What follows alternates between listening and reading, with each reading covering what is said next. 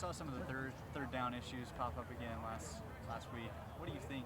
Are they the same issues you think that are happening every week, or do you think it's new mistakes? Well, I think they're new mistakes. I think they're just execution of calls. You got to give opponents credit when they're executing on third down. They're always different. Like we had the one drive where it was 3 third downs back to back to back. Each one of them were 3 different calls, and the issues were different.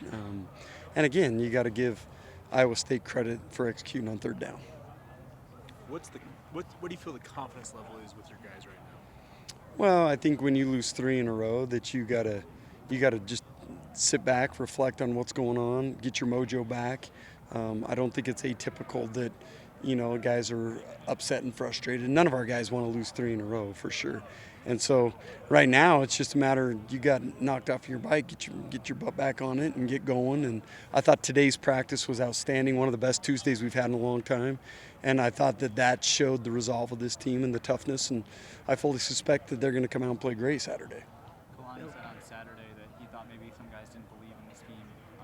Do you agree with that assessment, or where do you think he's coming from? Well, I think that belief is one of those things that is true in a way. I think what my perception of what's really going on is we have guys that are trying so hard to make a play and to be where they need to be to make plays that sometimes they're leaving their responsibility to try to help someone else. Really, they just need to trust what the scheme is and where it has them.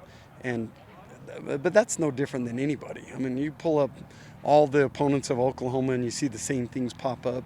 Is we need to have guys trust in what we're coaching them to do and just know that their teammates are going to be where they're supposed to be. You don't have to go over there and cover for him. You need to do your job. And I think that's what he's kind of alluding to in the trust factor. Just everybody do your job and we'll have this right what we want it to be. You've been around the block. You know the drill. It's really easy to talk about culture when you're 3-0 or 4-1 or that kind of thing. But what's the culture of this team showing you right now, coming off of back-to-back-to-back losses, I guess? Well, I mean, like I said, I think some of the best times in life, you get to reflect on when things aren't necessarily going your way. And today was a great indicator of what I think this team is and what the culture Coach Kalani wants to have. Is they came out and had one of their best practices of the year, and they flew around and they were excited about Oklahoma, and that happens in life. You get knocked down, you got to get back up, and I thought they did that today. Now we got to do it again tomorrow and Thursday, and then we got to do it on Saturday, which is most important. But I thought today was a good step in the right direction. We just had the civic engagement day yesterday, so no official team activities. Does that put you behind the 8 ball at all, in your opinion? No, not really. I mean, sometimes at this stage of the game, it can help you. And we challenge the guys to watch the game and to review all the notes that we had on the game and come in and get their lifts on their own and do some things that can help them mentally and physically prepare. And sometimes taking ownership like that and being away from coaches can be one of the best things possible.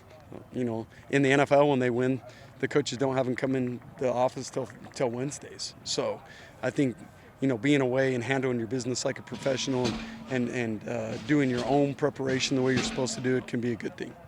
Oklahoma's a pretty high-powered offense. What are you expecting? Very good. They have a phenomenal quarterback who's playing at a great level. I mean, they're going for over 500 yards a game right now. They have the talent on the outside that you would expect Oklahoma to have. They got good wideouts. The running backs are good. O-line is good. I mean, it's exactly what you would expect a top 10 team to be. We got our work cut out for us, but that's a fun challenge. That's why I came to BYU. That's why I know a lot of the players are here. We came here to play these Big 12 games and to prove what we're all about, and this is exactly why we're here. I wanted to ask you about Oklahoma. Sorry, is this the best quarterback you think you've faced this year? Well, we faced a lot of good ones. I don't know if it's fair to say the best, but he's for sure up there. We faced a lot of good quarterbacks this year, and he's right up there with all of them. What jumps off the page about him, like the kind of the number one thing when you look at him? I mean, he just barely scored 8 touchdowns this past weekend, so obviously he's got a little bit of everything in his game, I guess. Well, he's accurate. He's a really accurate thrower. He knows when to pull the ball, when to throw the ball, when to hand the ball. So I think he's good with his reads. He's an elusive runner, so when he runs, he's athletic. There's a reason why he's mentioned in the Heisman race, why he's had such a productive year. I mean, he's a big-time player.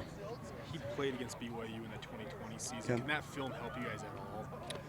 I don't know. Yeah, I think the schemes are similar that he was in back then. I think he's grown a lot as a player. I don't think he's facing the same guys here, nor does he have the same players around him. I mean, he's got such elite level talent around him now that I don't know that it's a real fair comparison on where they were 2 years ago. Okay, guys, appreciate it. Thanks, Coach.